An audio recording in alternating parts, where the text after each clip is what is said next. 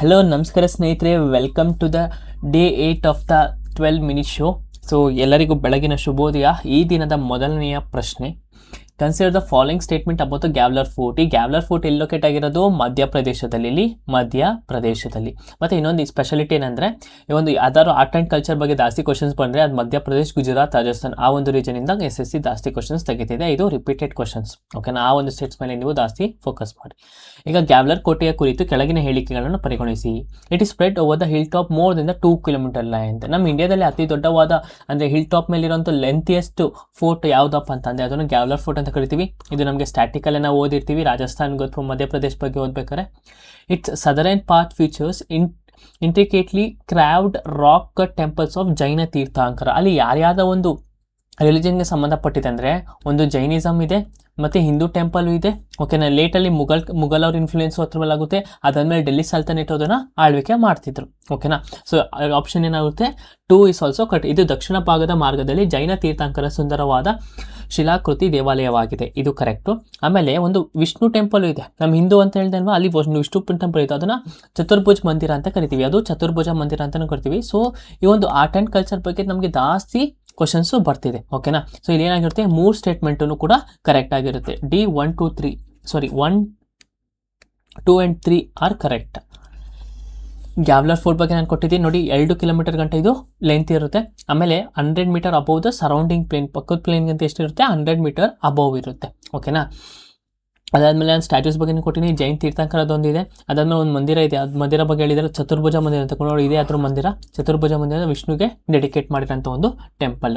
ಆಮೇಲೆ ಈ ಗ್ಯಾವ್ಲರ್ ಫೋರ್ಟ್ ನೋಡೋದಾದ್ರೆ ನೋಡಿ, ಇದು ಗ್ಯಾವ್ಲರ್ ಫೋಟೋ ನಾವು ಎಲ್ಲ ಕಡೆ ನೋಡ್ತಿರ್ತೀವಿ. ಮತ್ತು ನೀವು ಲ್ಯಾಪ್ಟಾಪ್ ಯೂಸ್ ಮಾಡ್ತೀರಾ, ನಿಮ್ಮ ಲ್ಯಾಪ್ಟಾಪ್ನಲ್ಲಿ ಡೆಸ್ಕ್ಟಾಪ್ ವಾಲ್ಪೇಪರ್ ಆಗಿ ಬರ್ತಿರುತ್ತೆ ಗ್ಯಾವ್ಲರ್ ಫೋಟೋ. ನಿಮಗೆ ಗೊತ್ತಿರಲ್ಲ, ಬಟ್ ಅದೇ ಗ್ಯಾವ್ಲರ್ ಫೋರ್ಟ್ ಆಗಿರುತ್ತೆ. In bhakti traditions which 2 both types of worships are mentioned. ಭಕ್ತಿ ಸಂಪ್ರದಾಯದಲ್ಲಿ ಪೂಜೆಯ 2 ಪ್ರಮುಖ ವಿಧಗಳು ಯಾವುದು? ಈಗ ಭಕ್ತಿ ಟ್ರೆಡಿಷನ್ ಅಂತ ಅಂದರೆ ಬೋರ್ಡ್ ಅವ್ರಿಗೆ ಹೇಗೆ ವರ್ಷಿಪ್ ಮಾಡ್ತಾ ಇರೋದನ್ನ 2 ಥರ ಡಿವೈಡ್ ಮಾಡ್ತೀವಿ. ಒಂದು ಐಡಲ್ನ ವರ್ಷಿಪ್ ಮಾಡ್ತಾರೆ, ಅಂದರೆ ದೇವರಿಗೆ ಒಂದು ಅವತಾರ ಇದೆ ಅಂತ ವರ್ಷಿಪ್ ಮಾಡ್ತಾರೆ. ದೇವರಿಗೆ ಯಾವುದೇ ಥರ ಅವತಾರ ಇಲ್ಲ ಅಂತ ವರ್ಷಿಪ್ ಮಾಡ್ತಾರೆ. ಅವ್ನು ಏನಂತ ಕರಿತೀವಿ? ಸಗುಣ ಮತ್ತು ನಿರ್ಗುಣ ಭಕ್ತಿ ಅಂತ ನಾವು ಕರಿತೀವಿ. ಆಪ್ಷನ್ ಯಾವುದು? B ಆಗಿರುತ್ತೆ. ಈಗ ಸಗುಣ ಭಕ್ತಿ ಏನು ಮಾಡುತ್ತೆ? ಅದಕ್ಕೆ ಗಾಡ್ಗೆ ಒಂದು ಅವತಾರಗಳಿದೆ, ನೇಮು ಮತ್ತು ಫೋಮ್ ಇದೆ ಗಾಡಲ್ಗೆ. ಐಡಲ್ ವರ್ಷಿಪ್ನ ನಾವು ಮಾಡ್ತೀವಿ. ಫಾರ್ ಎಕ್ಸಾಂಪಲ್ ಶಿವ, ವಿಷ್ಣು, ಅವ್ರಿಗೆ ರಾಮ, ಕೃಷ್ಣ ಅವರೆಲ್ಲ ಏನು ಸಗುಣ ಭಕ್ತಿಗೆ ರಿಲೇಟೆಡ್. ಓಕೆನಾ? ನಿರ್ಗುಣ ಭಕ್ತಿ ಅಂದ್ರೇನು? ಅವ್ರಿಗೆ ಯಾವುದೇ ಥರ ಇಮೇಜ್ ಇರಲ್ಲ ಮತ್ತು ಯಾವುದೇ ಥರ ಅವತಾರಗಳು ತಗೊಳ್ಳಲ್ಲ ಅಂತ ಒಂದು ನಂಬಿಕೆ ಇಟ್ಕೊಂಡಂಥ ಒಂದು ಜನರನ್ನ ನಿರ್ಗುಣ ಭಕ್ತಿ ಅಂತ ಕರಿತೀವಿ. ಓಕೆನಾ? ಅವ್ರು ಯಾರು? ಕಬೀರು, ಗುರುನಾನಕ್, ರವಿದಾಸು, ದಾದು ದಯಾಲ್ ಅವರೆಲ್ಲ ಏನು ಬರ್ತಾರೆ? ನಿರ್ಗುಣ ಭಕ್ತಿಗೆ ಸೇರ್ಕೊಳ್ತಾರೆ. ಓಕೆನಾ? ಭಕ್ತಿ 2 ಥರ ಡಿವೈಡ್ ಆಗಿರುತ್ತೆ. ಒಂದು ಸಗುಣ ಭಕ್ತಿ, ಇನ್ನೊಂದು ನಿರ್ಗುಣ ಭಕ್ತಿ ಅಂತ ನಾವು ಕರಿತೀವಿ. Which of the following best describes the Annamacharya's contribution to the Indian devotional music. ಭಾರತೀಯ ಭಕ್ತಿ ಸಂಗೀತಕ್ಕೆ ಅಣ್ಣಮಾಚಾರ್ಯ ಕೊಡುಗೆಯನ್ನು ಕೆಳಗಿನ ಯಾವ ಹೇಳಿಕೆ ಅತ್ಯುತ್ತಮವಾಗಿ ವಿವರಿಸುತ್ತದೆ? ಈಗ ಅಣ್ಣಮಾಚಾರ್ಯರು ಅಂತ ಬಂದಾಗ ಅಣ್ಣಮಾಚಾರ್ಯಸ್ ಯಾವೊಂದು ಸ್ಟೇಟ್ಗೆ ರಿಲೇಟೆಡ್ ಅಂತ ಸಂಬಂಧಪಟ್ಟಿದ ಅಥವಾ ಒರಿಜಿನ್ ಆಗಿದೆ ಅಂತಂದರೆ ಆಂಧ್ರ ಪ್ರದೇಶ್. ಯಾವುದು? ಆಂಧ್ರ ಪ್ರದೇಶ್. ಓಕೆನಾ? ಈ ಆಂಧ್ರ ಪ್ರದೇಶ್ ಅಂತ ಬಂದರೆ ಯಾವ ಒಂದು ಸಾಂಗ್ಸ್ ಇದು ಮಾಡ್ತಾರೆ, ಯಾವ ಒಂದು ಲ್ಯಾಂಗ್ವೇಜಲ್ಲಿ ಅವರು ತಮ್ಮ ಕೃತಿಗಳನ್ನ ಬರೀತಾರೆ ಅಂತಂದರೆ ತೆಲುಗು ಸಾಂಗ್ಸ್ ಅಂದರೆ ತೆಲುಗು ಲ್ಯಾಂಗ್ವೇಜಲ್ಲಿ ಅವರು ಬರೀತಾರೆ ಅಲ್ವಾ? ಸೊ ಈಗ ಅದು ನೋಡಿಕೊಂಡು ಆಪ್ಷನ್ಸ್ ನೋಡೋಣ. Compose Sanskrit hymns on castle rituals. ಇಲ್ಲಿ ಸ್ಯಾನ್ಸ್ಕ್ರಿಟ್ ಅಂತ ಐತೆ, ಬಟ್ ಅವ್ರು ಯಾವ್ದನ್ನ ಕಂಪೋಸ್ ಮಾಡ್ತಿರೋ? ತೆಲುಗುನೂ ಕಂಪೋಸ್ ಮಾಡ್ತಿರೋ ಅಲ್ವಾ? ಸೊ ಇಲ್ಲಿ ಆಪ್ಷನ್ನು ಎ ತಪ್ಪಾಗಿರುತ್ತೆ. Right over 32,000 songs promoting devotional and equality. ಅವ್ರು ಡಿವೋಷನಲ್ ಮ್ಯೂಸಿಕ್ನ ಬರೀತಿದ್ರು, ಗೊತ್ತಾ? ಈಕ್ವಾಲಿಟಿನೂ ಓಕೆ. ಇದನ್ನು ನಮಗೆ ಇನ್ನೂ ಡೌಟ್ ಇದೆ. 32,000 ಸಾಂಗ್ಸ್ ಬರೆದಿದ್ದಾರೆ ಅಂತ ನಮಗೂ ಇನ್ನೂ ನೆನಪಿ, ಅಂದರೆ ಅಷ್ಟು ಅಕ್ಯುರೇಟಾಗಿ ನಾವು ಹೇಳೋಕ್ಕಾಗಲ್ಲ. ಮೂರನೇ ಸಿ ಆಪ್ಷನ್ ನೋಡೋಣ. Restricted songs to temple and priests only. ಈ ಓನ್ಲಿ ಅಂತ ಬಂದಾಗ ಏನಾಗಿರುತ್ತೆ? ಆಪ್ಷನ್ಸ್ ಯಾವಾಗಲೂ ರಾಂಗ್ ಆಗಿರುತ್ತೆ. ತಮ್ಮ ಕೀರ್ತನೆಗಳನ್ನು ಕೇವಲ ದೇವಾಲಯಗಳು ಮತ್ತು ಅರ್ಚಕರಿಗೆ ಮಾತ್ರ ಸೀಮಿತಗೊಳಿಸಲಾಗಿದ್ದರು. ಅಂದರೆ ದೇವರಿಗೆ ಮತ್ತು ಅರ್ಚಕರಿಗೆ ಮಾತ್ರನಾ? ಇಲ್ಲ, ಅದು ರೈಟ್ ಟು ಈಕ್ವಾಲಿಟಿ ಅಂತ ಬಂದಾಗ ಸೊಸೈಟಿಗೆ ಅವ್ರು ಕೊಡ್ತಿದ್ರು. ಆಪ್ಷನ್ ಏನು? ತಪ್ಪು. Focused only on melody not on social reform. Only on melody not on, ಈ ಥರ ಕೀವರ್ಡ್ಸ್ ಇದಕ್ಕೆ ಏನಾಗುತ್ತೆ? ತಪ್ಪಾಗಿತ್ತು. Option number B will be the correct. ಈ ಥರ ಒಂದು ಟ್ರಿಕ್ನ ನೀವು ಯೂಸ್ ಮಾಡಬೇಕು ಕಷ್ಟಕರವಾದ ಒಂದು ಕ್ವಶನ್ಸ್ನ ಕೊಟ್ಟಾಗ. ನೋಡಿ, ನಾನು ಆನ್ಸರ್ನ ಹಾಕಿದ್ದೀನಿ, ನೀವು PPTನ ಡೌನ್ಲೋಡ್ ಮಾಡಿಕೊಂಡು ಹೋಗಿ ನೋಡ್ಬೋದು. Why can hockey player use only the flat left hand side of the stick. Hockey ಆಟಗಾರನು ಸ್ಟಿಕ್ನ ಸಮತ ಮಟ್ಟದ ಎಡಭಾಗವನ್ನು ಮಾತ್ರ ಏಕೆ ಬಳಸಬೇಕು? ಈಗ ಫ್ಲ್ಯಾಟ್ ಸೈಡ್ ಯಾಕೆ ಬಳಸಬೇಕು ಅಂತಂದರೆ ಹಿಂದೆಗಡೆ ಸ್ವಲ್ಪ ಬೌನ್ಸ್ ಬ್ಯಾಕ್ ಇರುತ್ತೆ, ಅದನ್ನು ಬಳಸಬಾರ್ದು. ಅದು ಬಳಸಿದ್ರೆ ಏನಾಗುತ್ತೆ, ಇಲ್ಲಿಗಲ್ ಅಥವಾ ನೆಗೆಟಿವ್ ಮಾರ್ಕಿಂಗ್ ಆಗುತ್ತೆ. ಓಕೆನಾ. Better control and reduce risk injury. ಯಾರಿಗೆ ರಿಸ್ಕ್ ಇಂಜುರಿ ಆಗಬೇಕು? ಬೆಟರ್ ಕಂಟ್ರೋಲ್ ಏನು, ಬಾಲ್ನ ಕಂಟ್ರೋಲ್ ಮಾಡ್ಬೋದು. ರೆಡ್ಯೂಸ್ ರಿಸ್ಕ್ ಇಂಜುರಿ ಅಂದರೆ ಯಾಕೆ? ಬ್ಯಾಟ್ ಇಂಜುರಿ ಕಡಿಮೆ ಆಗೋಕ್ಕ ಇದು ರಾಂಗ್ ಅಲ್ಲ. ಯಾಕೆ ರೂಲ್ಸ್ ಇಟ್ಟಿರ್ತಾರೆ ಅಂತಂದರೆ ಅದರಿಂದನೇ ಅವರು ಹಂಗೆ ಆ ಒಂದು ಪ್ರೊಸೀಜರಲ್ಲಿ ಅವರು ಆಡಬೇಕು ಅಂತ ಇಟ್ಟಿರ್ತಾರೆ. ಯಾಕಂದರೆ ಅಲ್ಲಿ ಏನಾದರೂ ಒಂದು ಇರುತ್ತೆ. ಓಕೆನಾ. Prevent unfair left hand advantage. Left hand, ಈಗ ಹಾಕಿ ಲೆಫ್ಟ್ ಹ್ಯಾಂಡ್ ಆಡ್ತಾರೆ, ರೈಟ್ ಹ್ಯಾಂಡ್ ಆಡ್ತಾರೆ, ಅವ್ರಿಗೆ ಮಾತ್ರ ಒಂದು ಕೊಟ್ಟಿರ್ತಾರೆ, ಅದು ಯಾವುದೇ ಕಾರಣಕ್ಕೂ ಆಗಿರಲ್ಲ. Prevent uneven bounces and ensure uniform rebound. ನೋಡಿ, ಇಷ್ಟು ಆಪ್ಷನ್ ನೋಡ್ತಾ ಇದ್ರೆ ನಮಗೆ ನಾವು ಯಾರೂ ಓದಿರಲ್ಲ. ಎಕ್ಸಾಮ್ಗೆ ಹೋದಾಗ ಹೋಗಿ ಗೊತ್ತಾದ್ಮೇಲೆ ನಾವು ಬೇಕು ಅನಾಲಿಸಿಸ್ ಮಾಡ್ತಿರೋದು. ಓಕೆನಾ. ಅಲ್ಲಿ ಹೋಗಿ ಕೂತಾಗ ನಿಮಗೆ ಈ ಥರ ಒಂದು ಆನ್ಸರ್ಗಳು ನಿಮಗೆ ಈಸಿಯಾಗಿರುತ್ತೆ. ಕಷ್ಟ ಯಾವ ಕ್ವಶನ್ಸ್ ಕಷ್ಟ ಇರುತ್ತೋ ಅದ್ರ ಆನ್ಸರ್ ಅನ್ನೋದು ಪ್ರಿಡಿಕ್ಟೇಬಲು ಮತ್ತು ಈಸಿಯಾಗಿರುತ್ತೆ. ಓಕೆನಾ. Mandate right hand play for training easy. Left hand ಆಡ್ತಾರೆ, ರೈಟ್ ಹ್ಯಾಂಡ್ ಇಡ್ತಾರೆ, ಅದ್ರಲ್ಲಿ ನಾವು ಏನೋ ಡಿಫ್ರೆನ್ಷಿಯೇಟ್ ಮಾಡೋಕ್ಕಾಗುತ್ತಾ? So prevent uneven bounce and ensure uniform rebound ಅಂತ ನಾವು ಕರಿತೀವಿ. ಈಗ ಹಾಕಿ ನೋಡೋದಾದ್ರೆ ಎಷ್ಟು ಜನ ಇರ್ತಾರೆ? 11 ಜನ ಇರ್ತಾರೆ.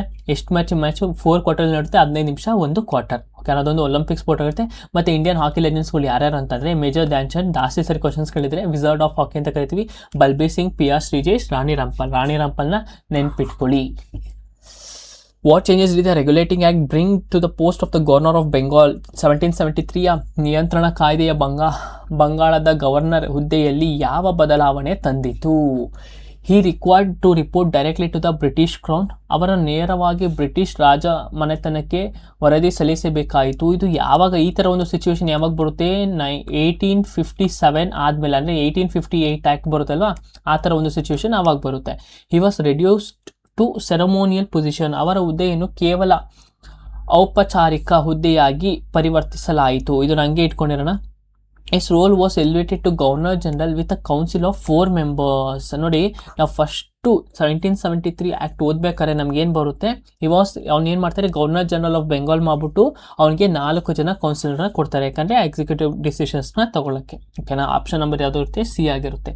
ನಾವು ಯಾವುದೇ ಬುಕ್ಕಲ್ಲಿ ನೋಡಿದ್ರು ಈ ಆಪ್ಷನ್ಸ್ ಡೈರೆಕ್ಟಾಗಿ ಮೆನ್ಷನ್ ಮಾಡಿರ್ತಾರೆ ರೆಗ್ಯುಲೇಟಿಂಗ್ ಆ್ಯಕ್ಟಲ್ಲಿ. ಇನ್ನು ಮಿಕ್ಕಿದ ರೆಗ್ಯುಲೇಟಿಂಗ್ ಆ್ಯಕ್ಟ್ ಆಗಿರ್ಬೋದು, ಮುಂದೆ ಏನೇನು ಆ್ಯಕ್ಟ್ ಬರುತ್ತೆ, SSCಗೆ ಈ ಒಂದು ಕಾನ್ಸೆಪ್ಟು ಸಖತ್ ಇಷ್ಟ. ಸೊ ಅದಕ್ಕಾಗಿ ನೀವು ಜಾಸ್ತಿ ಫೋಕಸ್ ಮಾಡಿ. Fill in the blanks. At the 1960 Rome Olympics, Milkha Singh set an Indian record by finishing 4th in the men's 400 meters with the timing of dash. Record that stood until 1984. Over ಒಂದು record ಮಾಡ್ತಾರೆ ಅಲ್ಲಿ 1960 Rome ಒಲಿಂಪಿಕ್ಸಲ್ಲಿ. ಆ ಒಂದು record 1984 ಗಂಟೆ ಇರುತ್ತೆ. ಆ ಒಂದು ರೆಕಾರ್ಡಲ್ಲಿ 400 metres ಎಷ್ಟು ಸೆಕೆಂಡ್ಸಲ್ಲಿ ಅವರು ಓಡಿದ್ರು ಅಂತ ಕೇಳಿದ್ದಾರೆ. ಎಷ್ಟು ಸೆಕೆಂಡ್ಸ್ ಅಂದರೆ 45.6 ಸೆಕೆಂಡ್ಸ್ಗಳು. ಈ ಥರ ಒಂದು ಫ್ಯಾಕ್ಚುಯಲ್ ಕಾನ್ಸೆಪ್ಟ್ಗಳು ಅಥವಾ ಫ್ಯಾಕ್ಚುಯಲ್ ಡೇಟಾಗಳು ನಮಗೆ ನೆನಪಿರಬೇಕು. SSCಲಿ ಈ ಥರ ಜಾಸ್ತಿ ಕೇಳ್ತಿದ್ದಾರೆ.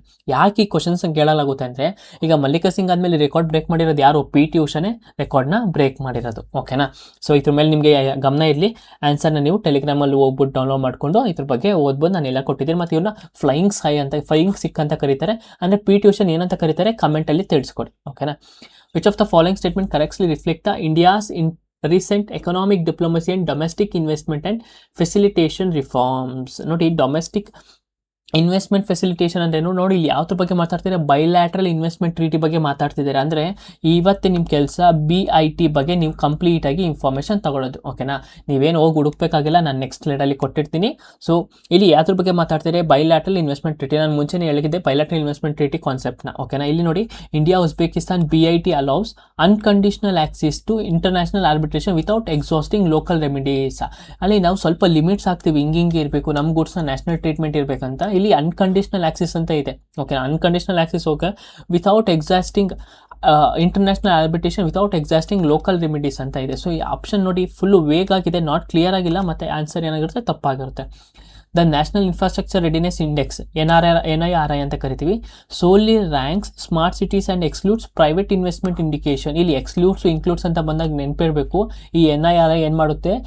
ಪ್ರೈವೇಟ್ ಇನ್ವೆಸ್ಟ್ಮೆಂಟ್ಸ್ನ ಇನ್ಕ್ಲೂಡ್ ಮಾಡುತ್ತೆ. So answer neither 1 or not 2 is correct.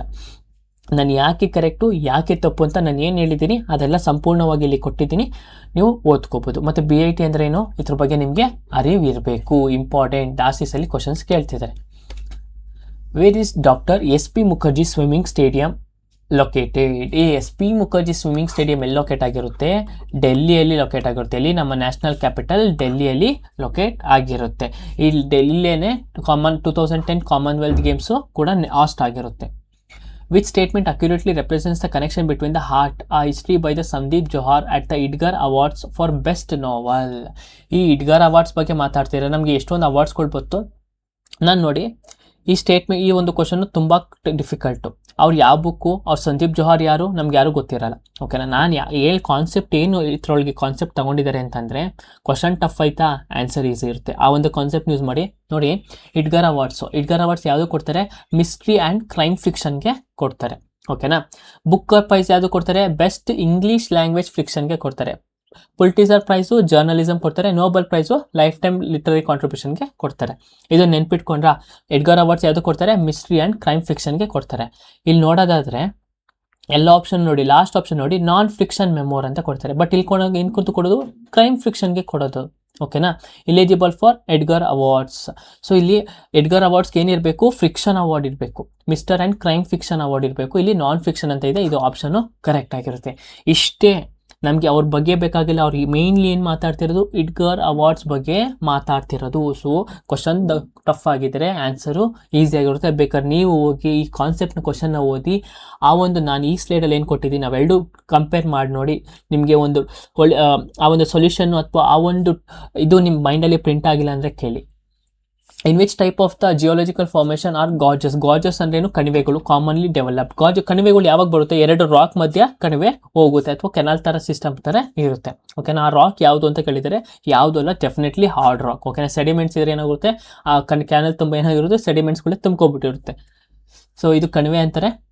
ಇಲ್ಲಿ ಯಾವುದು? ಹಾರ್ಡ್ ರಾಕ್ ಮಧ್ಯೆ ಇರುತ್ತೆ. ಇವೆರಡು ರಾಕ್, ಹಾರ್ಡ್ ರಾಕ್ ಇಲ್ವಾ, ಹಾರ್ಡ್ ರಾಕ್ ಮಧ್ಯೆ ಇರುತ್ತೆ, ಅದನ್ನು ಕಣಿವೆ ಅಂತ ನಾವು ಕರಿತೀವಿ. ಓಕೆನಾ, ಸೊ ಥ್ಯಾಂಕ್ಸ್ ಫಾರ್ ವಾಚಿಂಗ್. ಇಲ್ಲಿಗೆ ನಾವು ಈ ಒಂದು 12 ಮಿನಿಟ್ಸ್ ಶೋನ ನಾವು ಆರಾಮಾಗಿ ಎಂಡ್ ಮಾಡಿದ್ದೀವಿ. ಸೊ ಮತ್ತಷ್ಟು ಮುಂದಿನ ದಿನಗಳಲ್ಲಿ ಬೇರೆ ಬೇರೆ ಥರದ ಕ್ವಶನ್ಸ್ ಬರೋಣ. ಸೊ ನಿಮಗೆ ಈ ಒಂದು ಶೋ ಇಷ್ಟ ಆಗ್ತಿದೆ ಕಮೆಂಟಲ್ಲಿ ತಿಳಿಸ್ಕೊಡಿ. ಮತ್ತು ನಿಮ್ಮೊಂದಿಗೆ ಮತ್ತೆ ಸಿಗ್ತೀನಿ ಮುಂದಿನ ಕ್ಲಾಸಲ್ಲಿ.